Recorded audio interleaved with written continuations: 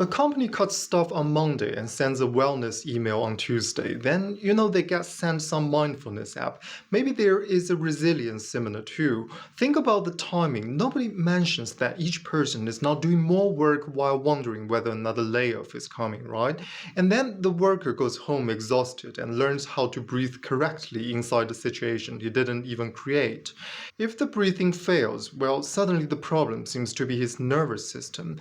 Confucius actually already understood part of this problem. Like, you can control somebody's behavior from the outside without really forming anything inside him.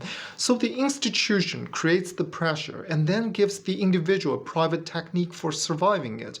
And to be fair, breathing exercises can help, sure, but what is the calm actually being used for? Sometimes recovery just makes the worker functional again, and then the institution creates the wound and somehow teaches the wounded person to blame his inability to stop bleeding. And I started noticing something kind of strange. People tend to talk about freedom the most when their actual lives feel pretty unstable. Like a worker can lose his income because a strategy changed in a room he never even entered, and then he moved city and caused the whole displacement reinvention. And sure, the person may sincerely value freedom, but sincerity doesn't really tell us where the value came from. Sometimes freedom just makes instability feel a bit less humiliating, and honestly, it also kind of prepares people to move again. Confucius wouldn't really treat relocation as purely personal. He'd probably ask, like, who depends on you and what your movement actually does to those relationships. A rooted person might refuse to relocate because his community is there, and just because leaving would tear apart a life that took years to build. But a worker with fewer roots is way easier to move. Every disruption can be sold to him as another chance to reinvent himself. And of course, I don't mean that somebody sat in one room and designed all of this. A system can reward a belief by giving advantages to people who accept and act on it without anyone having deliberately invented the whole belief. So in the end, the system kind of calls you free when your lack of roots makes you more available.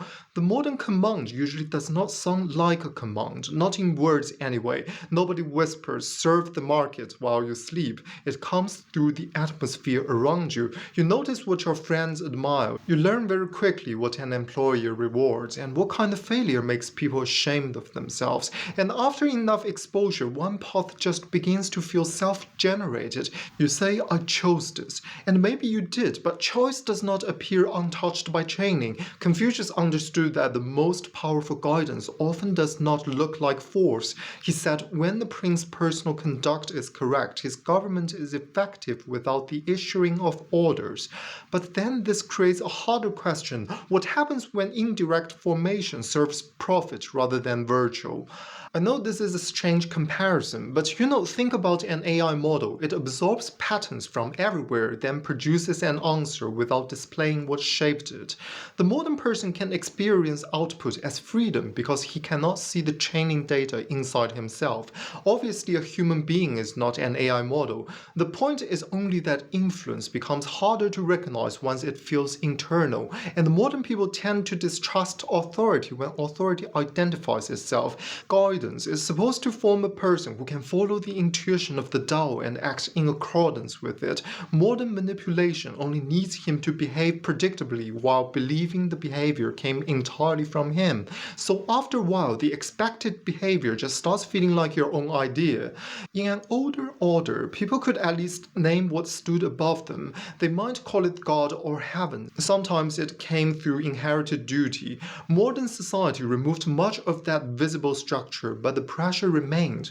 Now the pressure came through a credit score, a performance review, or that quiet fear that the institution could continue perfectly well without you. No single person appears to control the field, so the field itself kind of feels innocent.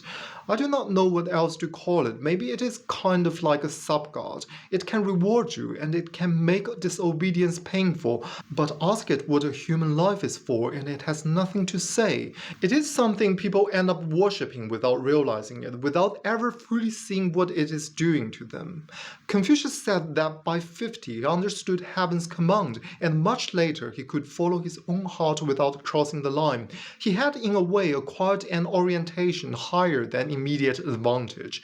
And to be fair, markets and institutions do solve real problems. The problem starts when people treat coordination as the highest authority in their lives. Then he starts judging his existence through its categories. You can see this in high-stakes examinations in Asian cultures. You have probably seen some version of this. A student spends years preparing for one exam that may decide where he studies and what kind of future his family imagines for him. The student loses sleep and begins experiencing his body as an obstacle to performance. When he breaks down, people say he lacked resilience or did not work hard enough. The machine measures how well the student survives the machine, then calls survival merit. Failure stops being information about one performance and becomes evidence that the whole self is defective. This is where Confucius becomes useful. Confucius said the cultivated person thinks about what is right, while the petty person thinks about advantage. He was warning about a mind that no longer speaks any other language rather than utility. The student begins asking whether honesty is still worth it when dishonesty produces a better result instantly. Anything that cannot improve his position slowly starts looking unreal. Maybe that narrowing was the real education. It may produce someone who can win without knowing what winning is for. The institution creates a narrow image of success, then calls total responsibility for reaching it freedom. We have all seen this before. Exhausted from work, the person buys relief, then the bill arrives and, well, it just gives him another reason to keep working. He calls this choice because, nobody physically forced the transaction. A system does not need to invent every desire. It only needs to amplify appetite and kind of weaken the forms that once taught it when to stop. Basically, it just pushes people to want more and more while slowly wearing down the habits and relationships that used to tell them when enough was enough. Confucius did not imagine maturity as a permanent repression of desire. He said that at 70 he could follow what my heart desired without transgressing what was right. Modern culture tends to trust desire first and then interrogate the restraint. Confucius, on the other hand, reverses the order. For him, desire becomes trustworthy only after a person has been formed. That difference matters because it changes what we think self-improvement is supposed to do. Again, I'm not saying calm is bad. I'm just asking, calm enough for what? Without an anchor, improvement just becomes preparation for more performance. Modern desire treats the wound created by yesterday's appetite with, well, a stronger version of the same appetite. The same market can sell you the stimulation and then later sell you a way to recover from it, and eventually even recovery becomes part of how you present yourself. Confucius would probably ask whether desire has actually matured or whether you have only become better at cleaning up after it. A civilization that profits when self-command weakens has in a way learned to farm people without visibly imprisoning them. This is where Confucius becomes difficult for the modern mind, and this is very counterintuitive for the modern freedom narrative. He says to subdue oneself and return to propriety is perfect virtue. The sentence sounds oppressive only if the untrained self is assumed to be the highest authority. He asks what desire could become after living inside real obligations. The inner work happens within the person, but he does not invent its form, its shape alone. Those forms come from relationships, traditions, and practices that existed before him.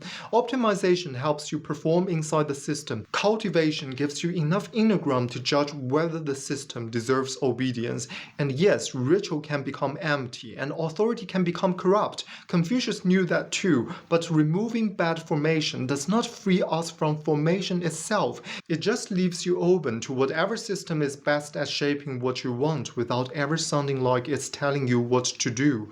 The goal of Confucian ritual is that eventually you do not need somebody standing over you all the time. While manipulation wants something different, it wants our behavior to remain predictable while the source of the pressure disappears. Simone Weil wrote, "To be rooted is perhaps the most important and least recognized need of the human soul." Confucius would have understood the claim. Although his language would have been family, ritual, and inherited obligation rather than modern psychology. A rooted person does not have to invent the meaning of every loss alone. Think about what a funeral actually does. It gives grief a form before the grieving person can explain what is happening. You see, a community can also tell a guilty person what repel requires and when the debt has been paid. Confucius knew ritual ego could be empty without genuine human feeling. Its purpose was not to manufacture grief, but to stop grief from becoming private chaos, basically. As shared forms weaken, help becomes private. A wealthy person can purchase therapy and reinvention. Someone without money may have nowhere to put the same dislocation, so to speak. Therapy is definitely useful for temporary relief. The problem is that support once distributed through community is now purchased after collapse. Confucian ritual was supposed to return a person to other people as well as if his inner self is cultivated, but a lot of modern recovery asks only whether he can function again. You see, the system looks stable because individuals privately absorb its instability, and this is the part I cannot quite shake. Modern people believe nobody rules them because command no longer speaks from a throne or altar, but it secretly appears when you judge your career, repair your mood, and try to remain useful to whichever institution may need you next. And after a while, the master becomes a pattern you kind of mistake for yourself.